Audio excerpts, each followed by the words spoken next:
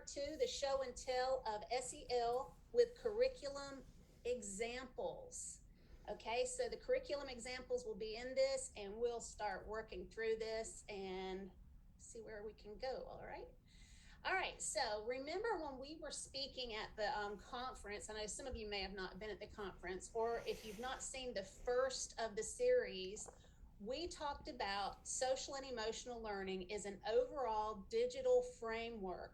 We discussed it being compared to like a Trojan horse delivery system for many of these radical types of concepts that are coming into the schools that you see parents upset over, things such as critical race theory and comprehensive sexuality education, diversity, equity, inclusion, all kind of different things that are coming in. So remember that as these people with Castle, the parent company of most of this framework, they wanted to have this all collected in a neat package where they could control this and bring it in more as a mental health type of a curriculum and apply it all day long, because all of our students, because of this pandemic, needed additional services according to what they thought, and they needed to be able to get over all of their trauma in order to learn. So that's kind of the premise on how they have ushered it in as this Trojan horse framework. So we also discussed that we talked about this entire business. We compared it to spaghetti that would stick to the wall, and I labeled that spaghetti doctrine. What type of issue can they get your child to track with, where that spaghetti would stick to the wall of their heart in order for them to replace your voice? They want to be the parenting voice in the mind of your child, so that your child will follow them into the future instead of you.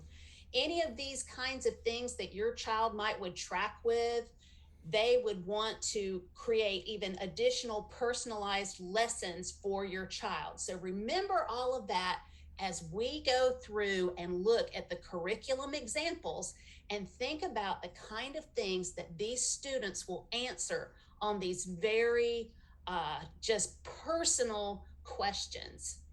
So also remember that Castle just updated their website, and they have even added more of the proverbial spaghetti. So they're looking at all of these different groups that are underlined in this one page here: race, ethnicity, family income levels, learning abilities, home language, immigration status, gender identity, sexual orientation, and any other factors they can get to stick.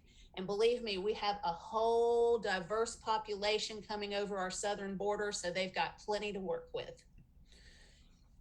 Now, one thing that I believe that these educators want you to do as a parent, they want you to be overwhelmed with all of this theorized, conceptual information that they're bringing into the school through this system. They call this wheel, all of these different segments on it, the competencies, okay? So you can approach this entire, all of your investigations, if you want to go into your school system and you want to get copies of your social and emotional learning platform, and you want to learn about all of the theories that are involved in it, you can do that, and you can read until your eyeballs will just be scalded. There is so much out there to read. But here's the thing. I believe that that's part of the design. They want to captivate the parents on the theories. They also want to captivate parents and political leaders in churches, parents, whoever they can, on all of these different spaghetti model things that I've shown you, whether it's sex ed, whether it's critical race theory, whatever. They want to get you locked in on something like that and not looking at this entire zooming out, overwhelming framework. They want you to look at this from more of a cerebral approach and get all locked into where they're headed with all these theories. while in the background, what they're doing is collecting data on your child, personalizing these things to your child, trying to win them over and take them into thought processes that are far from what you would want to raise your child to be. This is what they're doing. So, all of these things, though, when they come to you, self-awareness, self-management, responsible decision-making, relationship skills, social awareness, these all sound like great things that kids need. Okay, so they come across in this beautiful package on this color wheel, and then look, it's supposed to expand out into the classrooms, then into the schools, and then into the homes and communities. They want to take this into the corporate world. We've already heard about social and emotional learning being applied in the corporate world, and they want to take it into the state houses. All you need to do is get online and listen to either Karen Nemi, the CEO of Castle, or you can listen to Linda Darling Hammond, and they will tell you as much about SEL as you want to hear. So they have a whole lot to say. Now, look at the two other things here on this page. It says traditional focus. This academics is the traditional focus of schools. We're sending our students to school. We're sending them there for academics. We want them to learn how to read and to write, to do arithmetic, to learn history and civics and learn what they're supposed to learn at school, and not to be turned away from their family or their country. The liberal focus is the whole child. They want to take the whole child spiritually, physically, mentally. They want you to have a clinic at your school so they can do all of the medical work for you, and they want every single bit of it on the government's dime. So now let's look at this. This is how they want this integrated all the way through society. Look at this chart. 7 key insights from leading districts. Now, Castle started in several different large cities. Atlanta was one of them. So number 1, you see there it says systemic SEL is possible even with leadership changes and relatively small budgets. 2, SEL ideally is integrated into every aspect of the district's work, from the strategic plan and budgets to human resources and operations. And they'll hold funding over these districts with this too. I'm not sure to what extent, but we're looking into that. Number 3, SEL is ideally is integrated into every aspect of the school: classroom instruction, climate and culture, community, family partnerships. Number 4, adult SEL matters a lot. So they're trying to get the adults to buy in on it as well. Successful SEL implementation, number 5, can follow multiple pathways, but regardless of the approach, the engagement and commitment of both school and district leadership is essential. At this point, what they're trying to do is take local control away from us. I've found all kinds of documentation where they are trying to get the local control diminished, where this is a national education system. And then number 6, data for continuous improvement of SEL implementation is essential. And number 7, districts benefit from collaborating with each other on SEL. You see, this is insidious. It's like kudzu. Remember, we compared it to kudzu. They want to take over every single segment of society with this SEL material. And they're just getting, they've been started in a lot of cities, but now they're wanting to go on through. Now, look here. These are in the universities. This is what they're teaching in the education classes. My daughter, she was just in one here in South Georgia at Wiregrass, and they asked her which form of critical race theory she wanted to teach, which I didn't know there were several types. But anyway, yeah, so this is everywhere. It's not just in primary and secondary education. Colleges have had SEL for years now, teaching it to all the students, especially education majors. So these are the 3 that I'm focusing on today, but there are hundreds of these companies.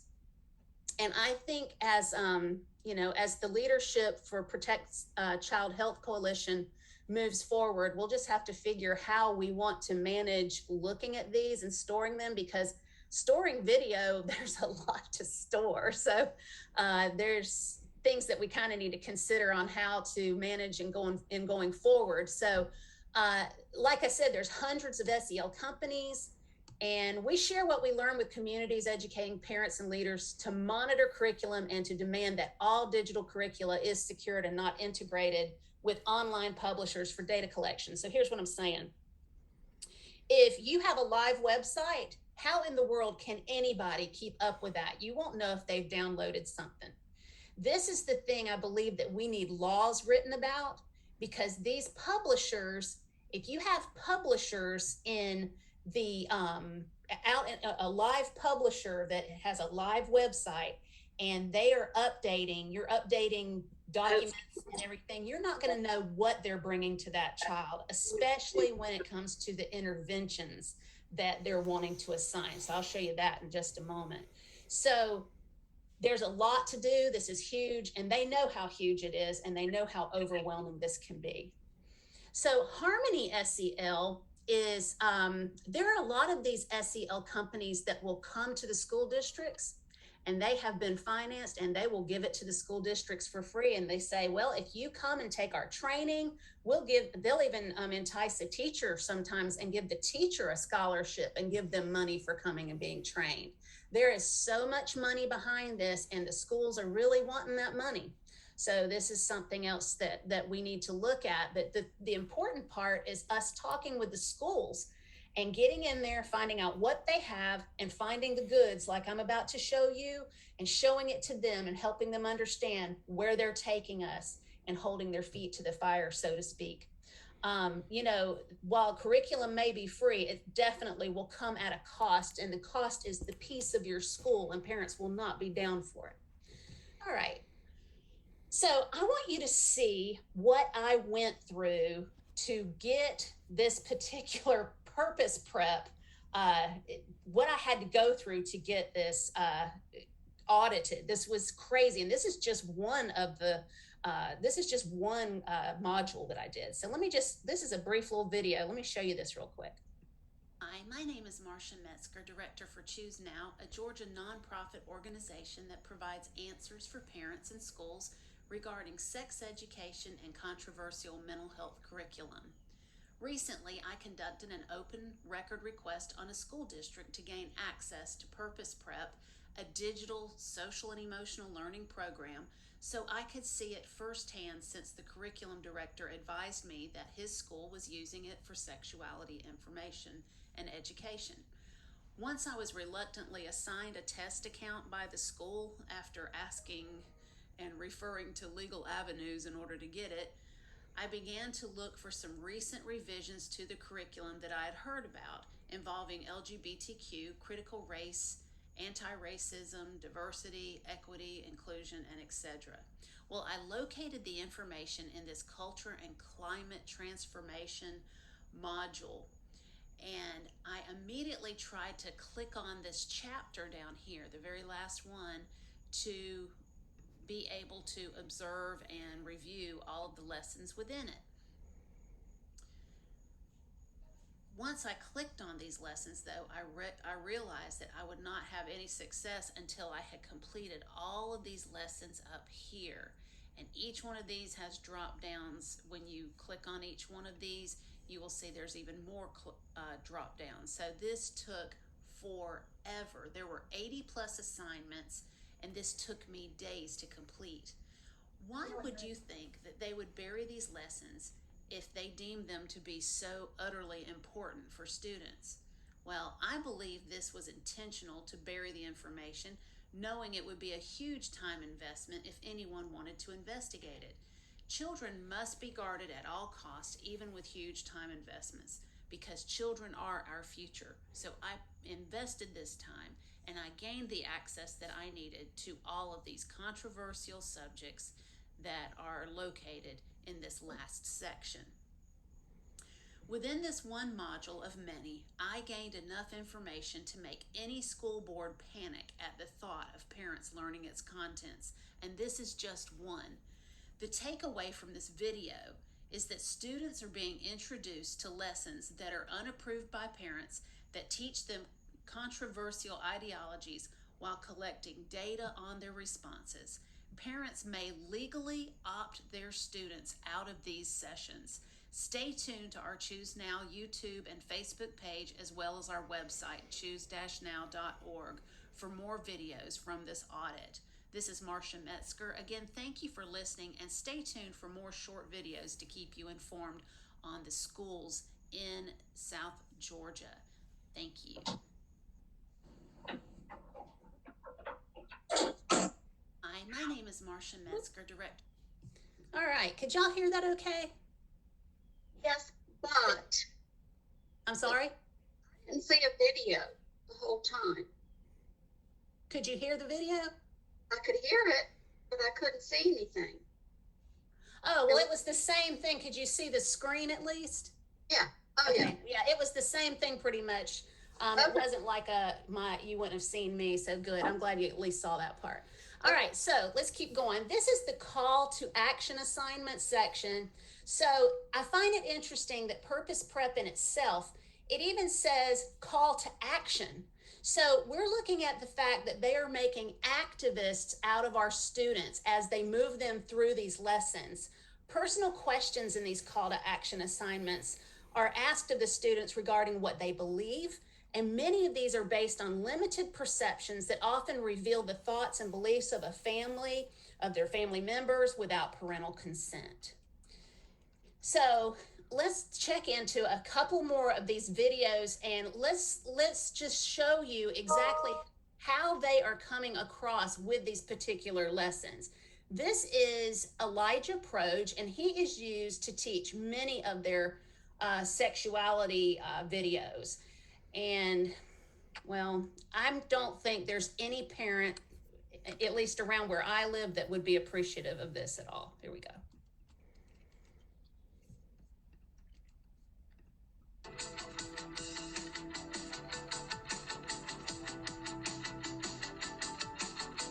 How can I create a culture of respect and safety for those deciding to come out? Coming out is a process. There are 10 million Americans who are openly a part of the LGBTQ community, and each of them have their own story. Personally speaking, I had a dad who was very homophobic, and so he was very mentally and emotionally abusive towards me, and I let his ideologies and his opinion dictate how I would then conduct myself. And so I was very fearful to come out, and I was fine with staying in the closet simply because I thought that everyone would judge me.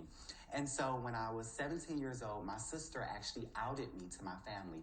After telling me that I could trust her and that she wouldn't tell anyone, she actually ended up telling my entire family. But still to this day, I would never take it back or have anything be different because I'm so appreciative. It took for her to push me like that for me to learn to become myself that much faster and be myself that much better. And I was so surprised because when I came out finally to my peers in high school, everyone received me with open arms. And it just was so funny to me because, you know, my fear of coming out was that everyone would treat me differently, and it was the complete opposite. People really respected me. People really admired me for being able to be myself. And so for those who are struggling with coming out, first I want to say to you guys, it's okay. It is okay. You may feel alone. It may be times when you are alone, but trust that I care. There are millions of people in the world who care. So if you are watching this and you are contemplating coming out, when the time is right, it will happen. For those who don't have this particular struggle, ways in which you can support someone that's trying to come out is being compassionate. You never know someone's story. You can really negatively impact someone by judging them or by trying to bully them or make them feel some type of way about them being them. So I say be compassionate, be understanding, and be open. Now's the time to really learn how to deal with people who are different than you so that when you are older and an adult in the real world, you'll be able to understand people that much better. But I just want to challenge you guys with one thing. If you know anyone in your school that's coming out, if you know anyone that may be battling it, I would like for you guys to go up to them and let them know how proud you are of them, for them being themselves, how proud you are of them, for them even opening up to allow their true self to shine through. I challenge you guys to do that. So when you have students being coached regarding coming out as a homosexual, you know, this is not an academic subject. This is an ideology. And I find it very interesting. And this is one of the ways that when we discuss with school boards and with principals or superintendents about these situations, if we will refer to this as ideology and just say, you know, when did we start showcasing ideology and worldviews and beliefs in our schools? This is how you stay out of the weeds without getting canceled. The teacher himself brings ideology into it, and he says his dad pressed his ideology on him. And so here he is now, and you have the perfect setup. He is pressing his ideology on our students, which is unacceptable. All right, so on the next, there we go.